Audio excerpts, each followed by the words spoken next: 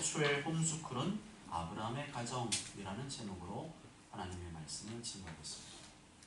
오늘 말씀을 살펴보기 전에 먼저 꼭 알아야 될 어려운 말이 있습니다. 그것은 선민교육이라는 말입니다. 선민교육. 따라해 보실까요? 선민교육. 선민교육. 선민교육. 선민교육. 선민교육. 선민교육. 선민교육이란 말은 택할 선, 백성민, 택한 백성들을 위한 교육이라는 뜻입니다. 뭐라고요? 택한 백성들을 위한 교육. 세상 교육과 하나님께서 택한 백성에 대한 교육은 달라야 한다는 거죠. 세상 교육, 하나님이 없는 교육, 신앙이 없는 교육, 곧 인간이 주인이 되고 인간이 원하는 세상을 만드는 교육이 아니라 하나님께서 원하시는 교육, 하나님의 말씀과 뜻을 온전히 이루어드리는 교육을 해야 한다는 것입니다. 그런데 이러한 선민교육은 성경을 보면 대대로 가정에서 이루어졌습니다. 수천 년 동안 대대로 가정에서 부모가 자녀를 가르치고 교육하는 방식으로 이루어졌습니다. 신명기 6장 6절에서 7절까지의 말씀을 보면 오늘 내가 내게 명하는 이 말씀을 너는 마음에 새기고 네 자녀에게 부지런히 가르치며 집에 앉았을 때든지 길을 갈 때든지 누워있을 때든지 일어날 때든지 이 말씀을 강론할 것이며 라고 말씀합니다. 핵심은 가정에서 부모가 자녀에게 말씀을 가르치라는 것입니다. 누구에게 맡기지 말고 가정에서 부모가 자녀에게 선민교육을 하라는 것입니다. 그러면서 볼 때 오늘 19절 말씀은 선민교육의 기초, 뿌리가 되는 말씀이라고 볼 수가 있죠. 19절 다 함께 읽습니다. 시작. 내가 그로 그 자식과 본속에게 명하여 여호와의 도를 지켜 공의와 정의를 행하게 하려고 그를 택하였나니 이는 다 여호와가 아브라함에 대하여 말한 일을 이루려 함이니라. 아멘. 하나님께서 왜 아브라함을 택하셨다고요? 택하신 이유가 뭐라고 되어 있나요? 그 자식과 번속에게 명하여 여호와의 도를 지켜 의와 공도를 행하게 하려고 그를 택했다. 그렇게 말씀합니다. 하나님께서 아브라함 택하신 이유는 자식을 위한 거였어요. 사실 자기 자녀와 자손들을 하나님의 말씀으로 가르쳐 지켜 행하도록 하기 위함이라는 거죠. 자기 자녀와 자손들에게 신앙교육을 하도록, 선민교육을 하도록 아브라함을 택하시고 부르셨다는 것입니다. 이렇게 볼 때 크리스찬 부모의 사명은 막중합니다. 가정에서 부모가 자녀에게 하나님의 말씀을 가르치고 전수하는 것은 대단히 중요한 사명입니다. 세상에서 아무리 성공하고 부자가 되어도 자녀의 선민교육에 실패한 부모는 하나님 보실 때 어떤 부모라는 거예요? 실패한 부모라는 것입니다. 이렇게 선민교육은 최초로 아브라함 때부터 시작한 것입니다. 하나님께서 아브라함을 택하시고 그를 통하여 그 자녀들과 자손들을 잘 가르쳐서 하나님께 순종하고 하나님의 말씀대로 옳고 바른 일을 하도록 하기 위해 부르셨다는 것입니다. 창세기 28장 19절 말씀을 새번역 성경으로 보면 내가 아브라함을 선택한 것은 그가 자식들과 자손을 잘 가르쳐서 나에게 순종하게 하고 옳고 바른 일을 하도록 가르치라는 뜻에서 한 것이다. 그의 자손이 아브라함에게 배운 대로 하면 나는 아브라함에게 약속한 대로 다 이루어 주겠다. 진실로 여러분의 자녀와 자손이 잘 되기를 바라십니까? 우리 자녀들이, 후손들이 하나님 약속하신 복을 받아 누리며 살기를 원하십니까? 그러려면 뭘 잘해야 된다고 하셨죠? 신앙교육을 잘해야 된다. 선민교육을 잘해야 된다. 아멘. 그의 자손이 아브라함에게, 부모에게 배운 대로 하면 나는 아브라함에게 약속한 대로 다 이루어 주겠다. 부모가 자녀에게 신앙교육을 잘하면 누가 하나님의 약속을 이루어진다고요? 하나님께서 이루어 주시겠다. 내가 잘한 것은 신앙교육밖에 없는데, 신앙 전수밖에 없는데, 선민교육밖에 없는데 그걸 잘했더니 하나님께서 기뻐하시고 하나님의 약속을 이루어 주신다는 것입니다. 그러니까 신앙생활 이렇게 한다는 거죠. 내가 뭘 열심히 노력하고 수고해서 뭔가를 얻는 게 신앙생활 잘하는 게 아니고 하나님의 말씀을 따라서 우리 자녀들에게 신앙교육을 정말로 잘하게 되면 하나님께서 그것을 보시고 자녀들에게 복을 주신다. 이렇게 말씀합니다. 아멘. 여러분 볼 때 오늘 이 말씀은 구약 성경에서 대단히 비중이 있는 말씀입니다. 하나님께서 아브라함에게 주신 기상 명령이죠. 이것은 또한 홈스쿨의 성경적 기원, 뿌리라고 할 수가 있습니다. 그렇다면 하나님의 원대한 계획이 어디 있다는 거예요? 저 멀리 있는 것이 아니라 가정에 있다는 것입니다. 신학교에 가야 있는 것이 아니라 가정에 있다는 것입니다. 가정에서의 신앙교육, 가정에서의 수직적, 부모가 자녀를 가르치는 수직적 선민교육이 중요하다는 것입니다. 아멘. 온 우주 만물을 창조하신 하나님께서 처음부터 원대한 계획을 가지고 계셨습니다. 그런데 최초의 인간 아담과 하와가 하나님의 말씀에 불순종하는 바람에 이 계획에 차질이 생겼죠. 그래서 새로운 계획을 세우셨습니다. 그것은 믿음의 조상 아브라함을 택하여 부르시고 그를 통해서 하나님이 원래 가지고 계셨던 차질 생겼던 그 계획을 이루시기로 작정하신 것입니다. 그리고 그 계획을 아브라함에게 숨김없이 말씀하셨습니다. 17절과 18절 다 함께 읽습니다. 시작. 여호와께서 이르시되 내가 하려는 것을 아브라함에게 숨기겠느냐. 아브라함은 강대한 나라가 되고 천하 만민은 그로 말미암아 복을 받게 될 것이 아니냐. 아멘. 얼마나 큰 그림입니까? 얼마나 큰 빅픽처입니까? 그런데 그 원대한 큰 그림을 누구에게 말씀하셨죠? 아브라함에게 말씀했습니다. 그 원대한 큰 그림은 무엇이었죠? 자녀들과 후손들을 말씀으로 가르쳐 지켜 행하게 하는 것이었습니다. 다시 말하면 이 큰 그림은 아브라함 네가 사는 동안에 다 이루지 못할 정도이기 때문에 그 다음 세대들이 계속해서 이것을 이루어 가야 된다는 것입니다. 그렇기 때문에 가정 안에서 지속적으로 하나님의 말씀을 가르쳐 지키게 행하는 것이 대단히 중요하다는 것입니다. 그리고 그렇게 아브라함과 그의 후손들이 구약의 이상 명령을 끊임없이 지켜왔거든요. 그렇게 순종하게 되었거든요. 그러면 그 다음에 무슨 일이 벌어지는가? 그 계획도 알려주셨습니다. 그것은 바로 아브라함 때로부터 약 2000년 후에 오실 예수 그리스도에 대한 예언입니다. 18절 하반절에 보면 천하 만민은 그로 말미암아 복을 받게 될 것이 아니냐 이렇게 말씀하는데요. 천하 만민이 복을 받게 된다. 여러분 천하 만민이 복을 받게 된다 할 때 어떤 존재가 떠오르시나요? 어떤 인물이 떠오르십니까? 예수 그리스도죠. 천하 만민이 복을 받게 된다. 아브라함의 육의 혈통을 따라서 예수님이 이 땅에 오시게 되잖아요. 아브라함 혈통 따라서 다윗 혈통 따라서 예수님이 오시는데 그 바로 예수님이 천하 만민이 복을 얻게 하시는 주인공이라는 것입니다. 천하 만민 중에 누구든지 이 예수를 믿으면 죄 사함 받고 구원의 복을 얻게 된다는 것입니다. 천하 만민이 예수님을 통하여 예수님을 믿음으로 말미암아 영생의 복을 얻게 된다는 것입니다. 그래서 이것을 다시 표현하면 천하 만민은 예수님으로 말미암아 복을 받게 될 것이 아니냐 이렇게 표현되는 거죠. 이때는 아브라함이 아들 이삭을 낳기 전입니다. 아들 이삭을 낳은 다음이 아니었어요. 그리고 이 말씀은 2000년 후에나 이루어질 말씀이었습니다. 그렇지만 하나님께서는 이미 된 일처럼 이미 이루어진 일처럼 그렇게 말씀하고 계시죠. 이렇게 하나님의 말씀은 미래를 약속하는 말씀입니다.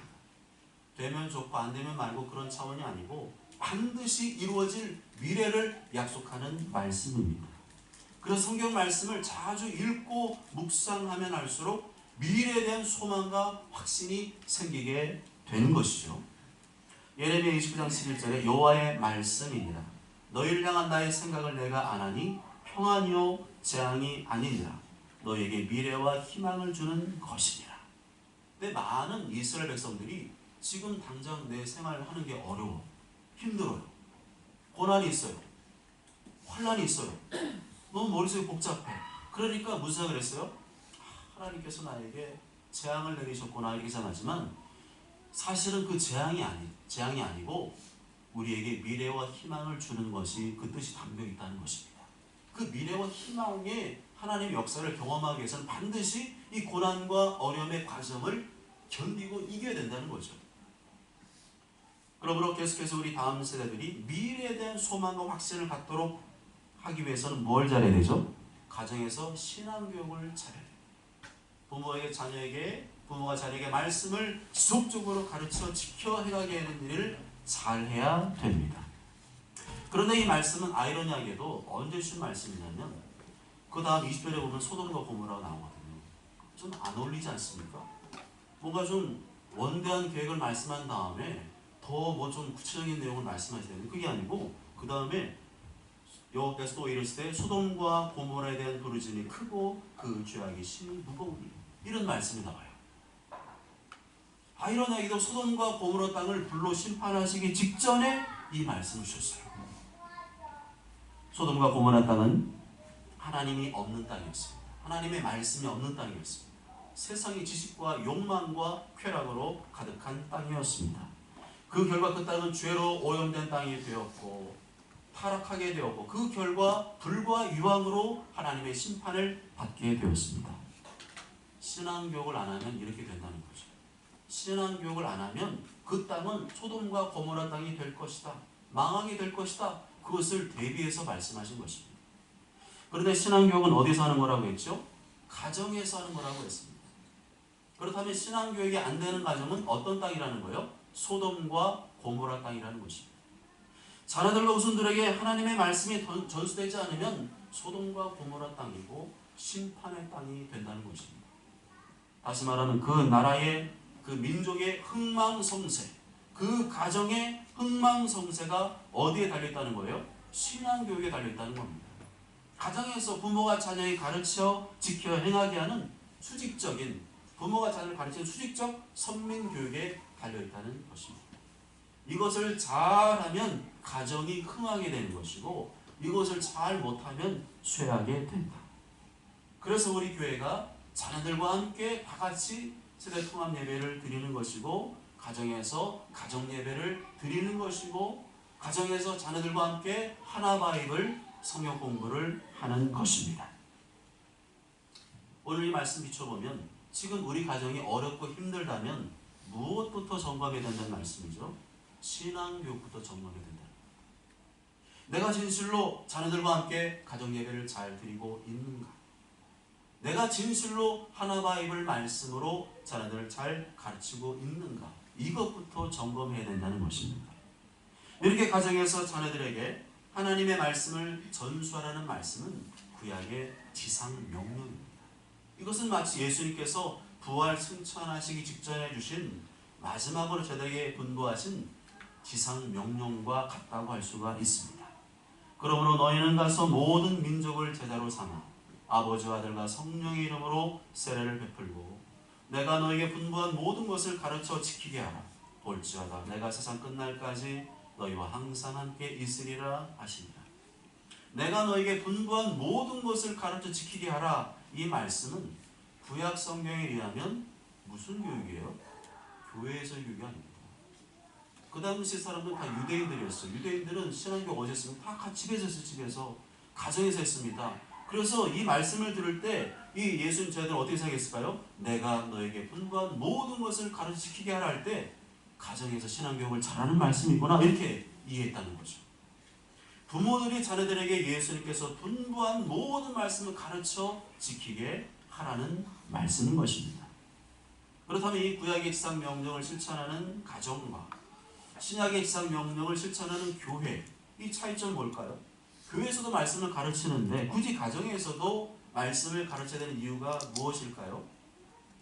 우리가 앞서 살펴본 대로 하나님께서 아브라함을 택하신 이유는 다른 게 아니고 그 자식들과 자손을 잘 가르치게 하기 위함이었습니다. 말씀을 가르치는 일, 신앙교육 때문에 아브라함을 택하셨어요.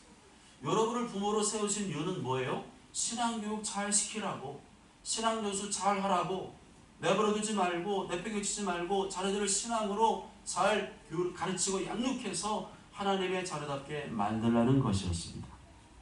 무엇을 가르치라고 했죠? 그 교육의 내용이 무엇입니까? 하나님의 말씀이죠. 신앙교육의 핵심도 하나님의 말씀이고 신앙교육의 전부도 하나님의 말씀인 줄 믿습니다. 이것에 대해 더 발전시킨 내용이 나오는데 그것이 신명기. 지금은 우리가 창세기 보잖아요. 그 나중에 나오는 신명기 6장 말씀에 보면 아브라함의 명령하신 이 쉐마의 교육을 좀 더 구체적으로 명확하게 제시하고 있죠. 신명기 6장 4절 9절 말씀 보게 되면 이스라엘아 들으라. 우리 하나님 여호와는 오직 유일한 여호와시니 너는 마음을 다하고 뜻을 다하고 힘을 다하여 내 하나님 여호와를 사랑하라. 오늘 내가 내게 명하는 이 말씀을 너는 마음에 새기고 네 자녀에게 부지런히 가르치며 집에 앉았을 때든지 길을 갈 때든지 누워있을 때든지 일어날 때든지 이 말씀을 강론할 것이며 너는 또 그것을 내 손목에 메어 기호를 삼으며 내 미간에 붙여 표로 삼고 또 네 집 문설주와 바깥문에 기록할지니라. 신앙교육 잘해라 정도였다면 이제는 좀 더 구체적으로 부지런히 가르쳐라. 집에 앉았을 때든지 또 길을 갈 때든지 누워있을 때든지 일어날 때든지 계속 말씀을 가르쳐라. 그리고 시각적으로 교육시키기 위해서 손목에다가 기호를 붙여서 손목에 이런 가죽끈이 있거든요. 이스라엘 사람들은 여기에 보면 말씀이 기록되어 있어요. 계속 말씀이 손목에도 보이고 이마에도 붙여서 말씀이 계속 생각나고 기억나게 해라. 그것이 바로 하나님께서 말씀하신 구약시대의 신앙교육이었습니다. 중요한 사실은 구약의 지상명이 수행되는 교육의 장소는 가정이었고 그렇다면 부모가 교사라는 얘기고 자녀는 학생이라는 말입니다. 구약의 지상명이 수행되는 가정은 하나님을 모시고 있는 성전이 되는 것이고 부모는 성경교사, 가정 목회자가 되는 것이고 자녀는 교인, 성도, 성경을 배우는 학생이 되는 것입니다. 가정이라는 성전에서 부모가 자녀에게 말씀을 전수하는 때는 하나님께 예배드리는 가정예배 시간이라고 할 수가 있겠죠. 근데 특이하게도 유대인들은 그 가정예배 시간을 언제 하냐면 식탁에서 합니다. 식탁. 특히 안식일 식탁. 우리로 치면 주일 저녁 식탁에서 진행합니다. 물론 유대인 부모들이 그 시간 외에도 항상 말씀을 열심히 가르치죠. 그런데 유대인에게서 가장 중요한 중심되는 신앙교육의 장소는 식탁이었습니다. 식탁에서 먹는 것만, 네 육신에 필요한 양식만 먹으면 되는 것이 아니라 하나님의 말씀을 먹지 않으면 너는 하나님의 자녀가 아니라는 것을 식탁에서 배우게 했던 것입니다. 이처럼 유대인에 있어서 자녀 양육의 중심지는 가정입니다. 교회나 학교가 아니라 가정입니다. 그렇다면 인류 최초의 성전은 어디란 말이에요? 아담과 하와가 하나님께 불순종했지만 그 전에 살았던 에덴 동산이 그 가정이 그들의 최초의 성전이었습니다. 그 가정은 실패한 신앙교육의 모델이죠. 그렇게 하지 말라는 겁니다. 아담과 하와가 하나님의 말씀을 불순종하여 에덴 동산에서 추방당한 이후에 다시금 선택된 성전이 어디예요? 아브라함의 가정입니다. 이 아브라함의 가정은 성공한 신앙교육의 모델이죠. 하나님께 이처럼 가정이 성전이 되고 가정이 신앙교육의 장이 되길 원하십니다. 우리가 성경 말씀은 1.1획도 오류가 없는 정확 무한 하나님의 말씀이라고 믿는다면 우리는 가정을 성전으로 삼아야 되고 신앙교육의 장으로 만들어야 됩니다. 한편 이스라엘 민족의 최초의 신앙 공동체는 언제 세워졌죠? 출애굽한 이후에 광야에서 신앙 공동체를 위한 성막이 지어졌습니다. 그리고 이것이 나중에 발전해서 예루살렘 성전이 되었죠. 여기서 어떤 사람이 이렇게 질문할 수도 있습니다. 가정이 성전이라면 예루살렘 성전은 무엇입니까?